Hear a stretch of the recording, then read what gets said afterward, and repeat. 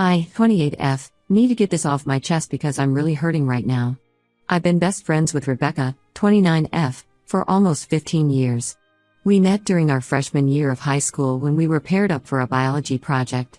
We clicked instantly, same sense of humor, same taste in music, and same dreams of going to college in the big city. She was the first person I called when I got my acceptance letter, and we ended up going to the same university. Throughout college, we were inseparable. We shared a tiny apartment off campus for 3 years with barely enough space for both our clothes, but we made it work. When my parents went through a messy divorce during my junior year, Rebecca skipped her spring break plans to stay with me. When she lost her marketing job during the pandemic, I helped her with rent for 3 months until she found a new position. We've been through everything together: birthdays, breakups, job interviews, family drama. She's basically the sister I never had. The complicated part of our story starts about 5 years ago. I met David at a work conference in Chicago. He was charming, intelligent, and we hit it off immediately. We started dating long distance. He lived about an hour away, seeing each other on weekends. The relationship lasted 8 months, and honestly, it was good while it lasted.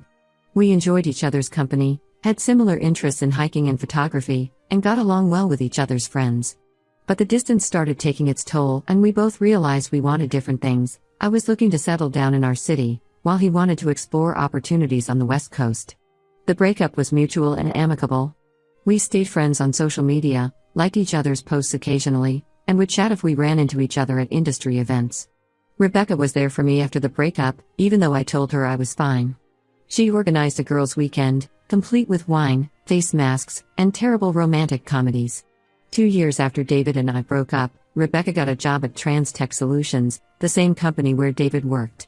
She was excited about the role: better pay, better benefits, and a chance to work on bigger projects. I was genuinely happy for her. She mentioned running into David at orientation, and I told her what a great guy he was. Over the next few months, I noticed she talked about him more and more.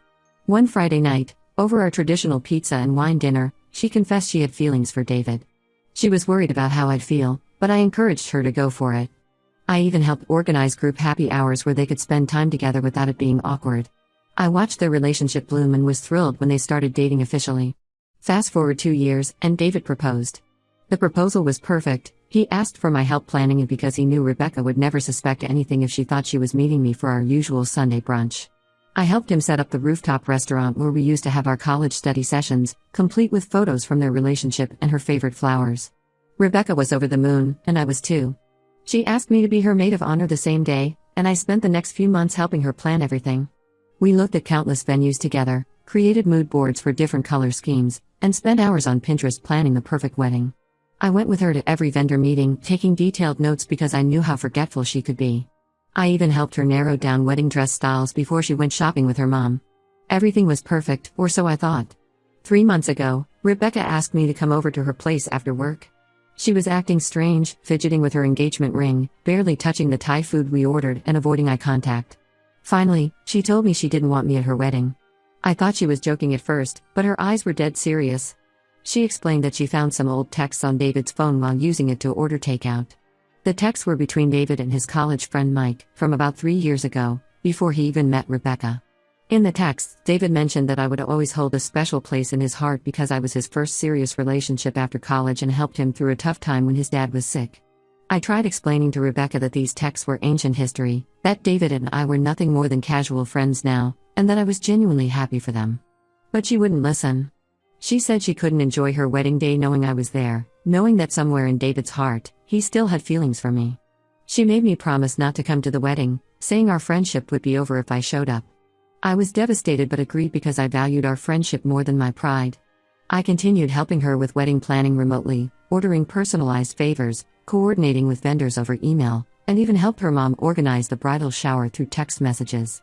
I wasn't invited to the shower, but I still spent hours creating a digital slideshow of Rebecca's photos for it.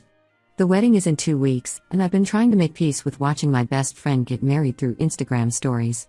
But yesterday, my friend Sarah changed everything. Sarah, who's invited to the wedding, called me in tears after the bridal shower. She said she couldn't keep quiet anymore about what happened.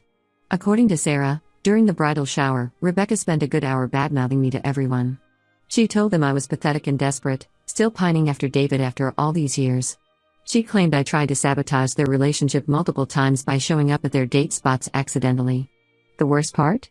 She told everyone I tried to kiss David at their engagement party, a complete lie because I wasn't even at the engagement party.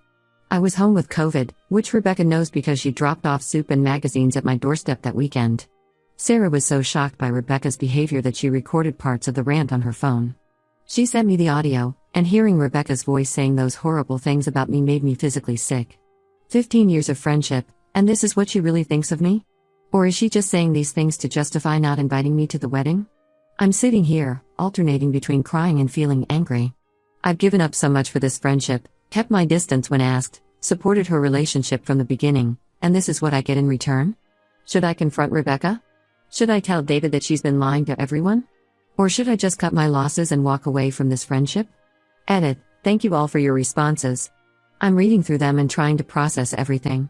A lot of you are asking about David. No, he doesn't know about Rebecca making me promise not to come to the wedding. As far as he knows, I declined the invitation because of work commitments. Rebecca asked me to tell him this excuse to avoid drama. Update 1 first, I want to thank everyone who commented on my original post. Reading through hundreds of responses helped me realize I wasn't overreacting. A lot of you suggested telling David the truth immediately, but I was hesitant. Despite everything, I didn't want to ruin what was supposed to be the happiest day of their lives. But life has a funny way of revealing the truth, even when we try to hide it. Last Saturday started like any other day. I was at the Valley View Mall, shopping for new work clothes since I needed something to keep my mind off the upcoming wedding. That's when I saw them, Rebecca and Andrew, her 45-year-old boss, coming out of David's bridal.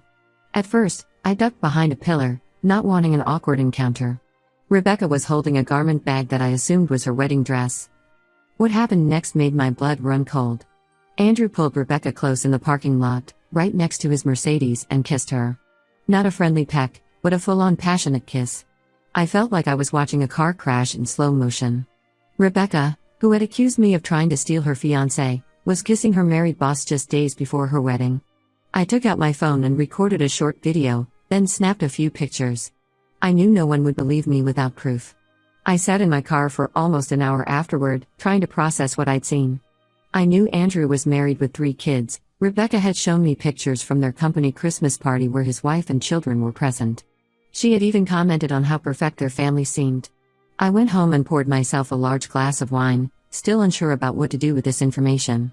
That's when Sarah called again. She had more recordings from the bridal shower that she hadn't shared earlier because she thought they would hurt me too much. In these new recordings, Rebecca was telling everyone the real reason David and I broke up. She claimed I had cheated on him with my college ex-boyfriend. This was the final straw.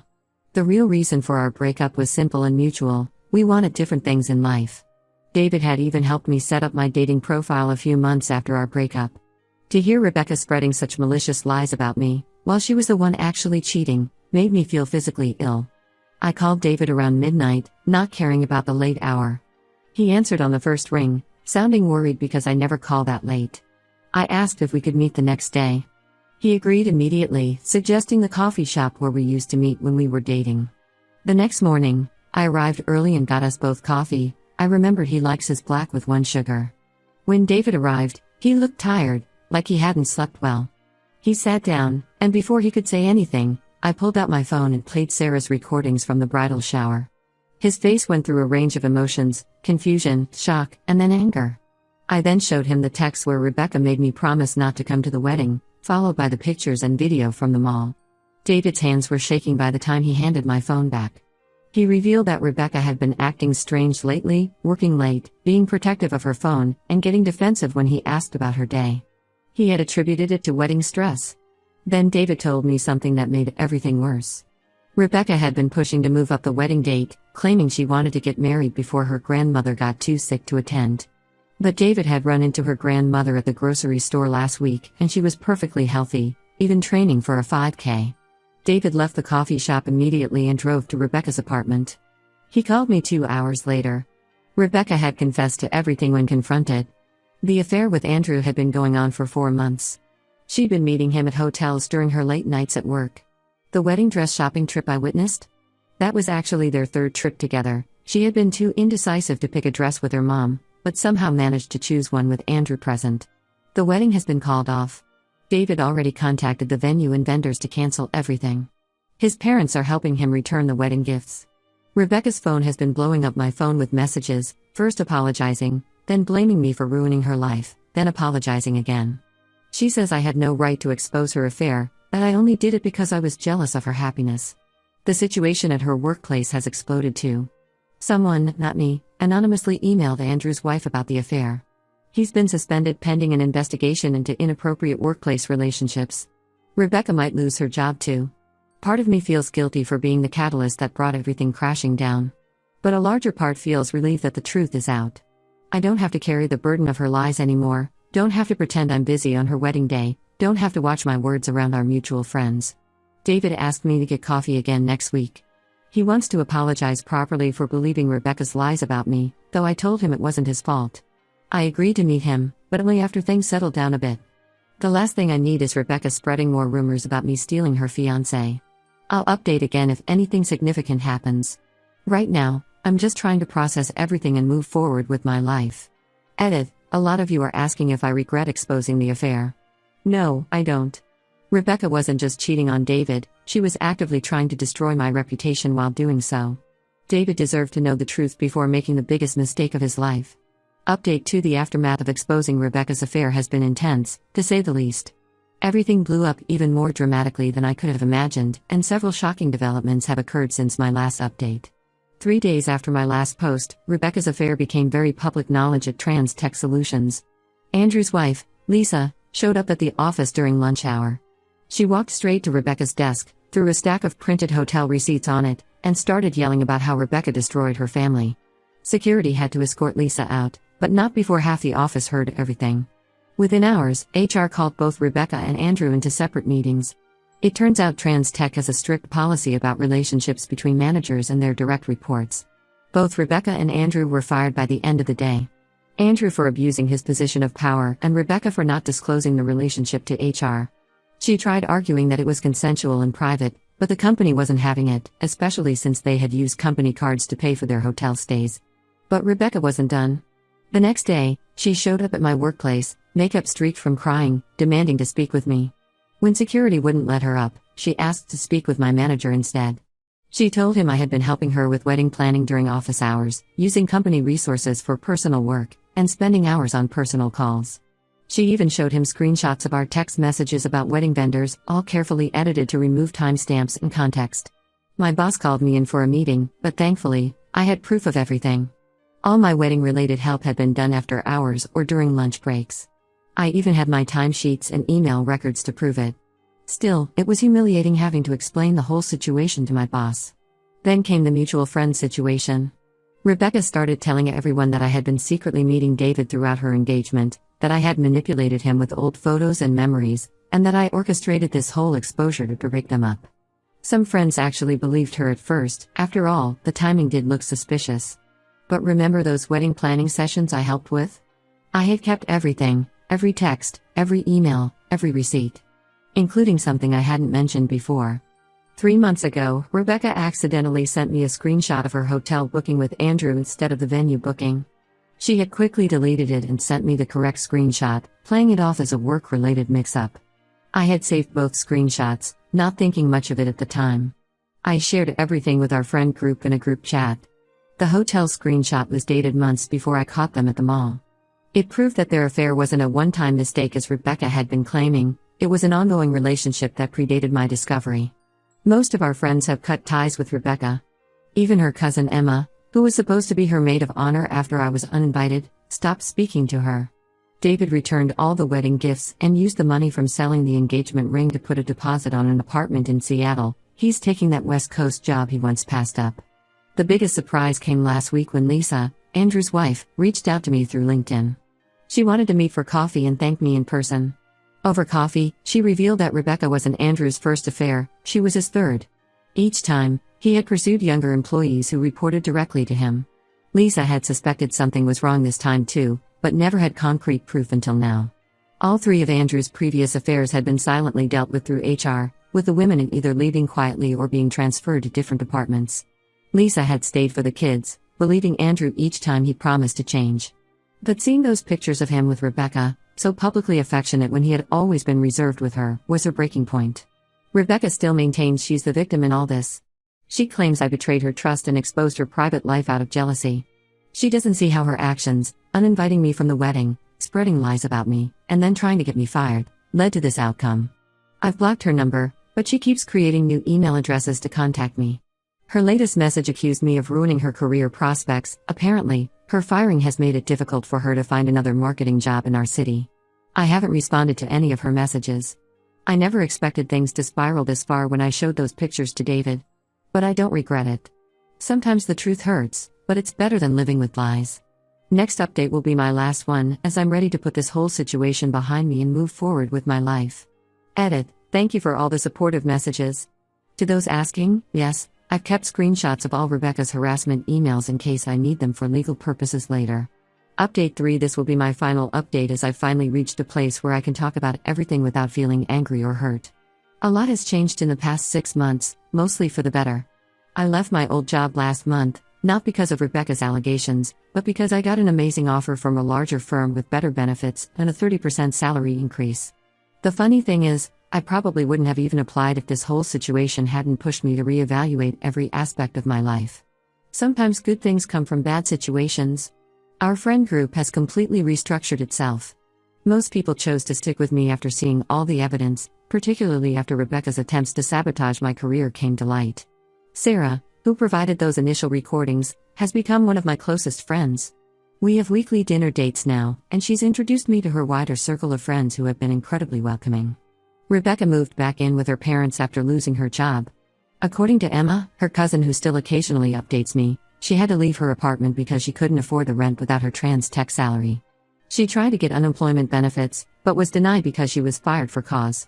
She's been working at her father's real estate office, but apparently spends most of her time telling anyone who will listen that she's the real victim in all of this. The situation with Andrew and Lisa took an interesting turn. During divorce proceedings, Lisa's lawyer discovered that Andrew had a pattern of pursuing young employees at every company he'd worked for, dating back 10 years.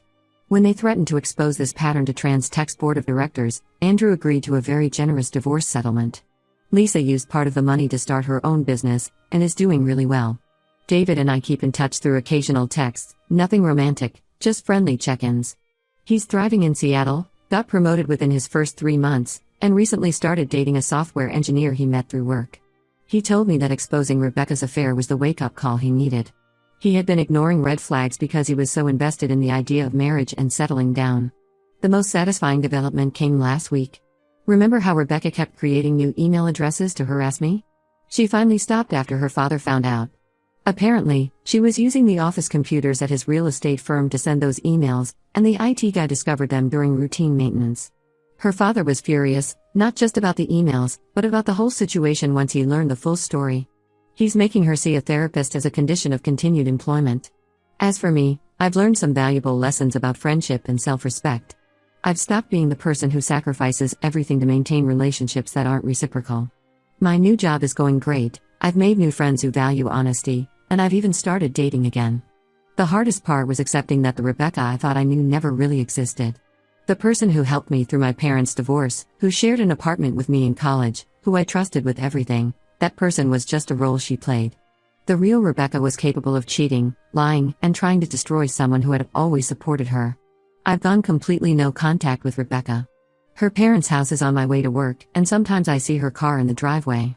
Each time, I feel a tiny pang of sadness for the friendship we once had, but then I remember how she treated me and feel grateful that I found out her true nature before wasting any more years on that friendship. Life goes on, and surprisingly, it's better than before. Thank you, Reddit, for helping me through one of the toughest periods of my life. Edit. To those asking if I'd ever consider reconciling with Rebecca, no. Some bridges, once burned, should stay ash.